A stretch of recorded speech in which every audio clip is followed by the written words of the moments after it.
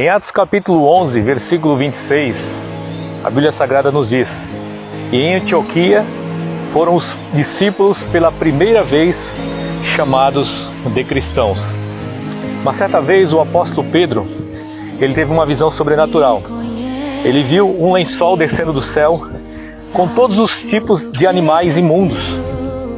Então uma voz se dirigiu a ele e falou: mata e come.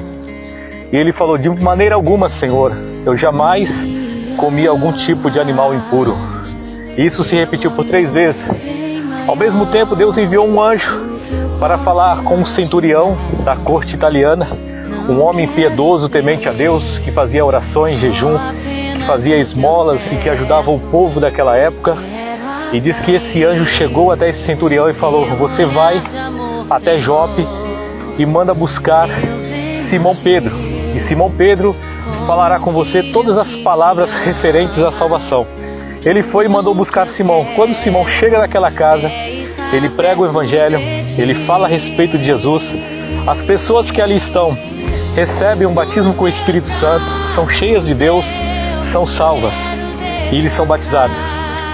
E a Bíblia fala então que a partir daquele momento o evangelho começou a ser pregado para os gentios, porque até então o evangelho somente era pregado para os judeus.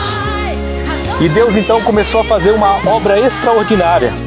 Algumas pessoas saíram dali, de Cirene e Derbe, e foram pregar o evangelho para os gregos. E quando chegou lá, a obra de Deus foi algo tão surpreendente que mandaram Barnabé e Saulo para fazer um grande trabalho em Antioquia. E Deus trabalhou de uma maneira poderosa que as pessoas daquele lugar, de Antioquia, olhando para os irmãos, chamaram eles pela primeira vez de cristãos. A palavra cristão significa pequenos cristos.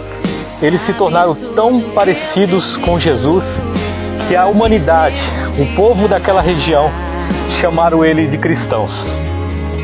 A palavra que Deus tem para você no dia de hoje é: a partir do momento que você se torna dia a dia cada vez mais semelhante a Jesus Cristo, você é chamado de cristão, pequeno Cristo, aquele que leva a luz, aquele que leva o testemunho, aquele que leva a vida. Então o chamado que Deus tem para você no dia de hoje é: se pareça com Ele, porque cada vez mais que você se parecer com Ele, você será chamado de filho de cristão, filho do Deus Altíssimo. Deus te abençoe, receba essa palavra em nome de Jesus.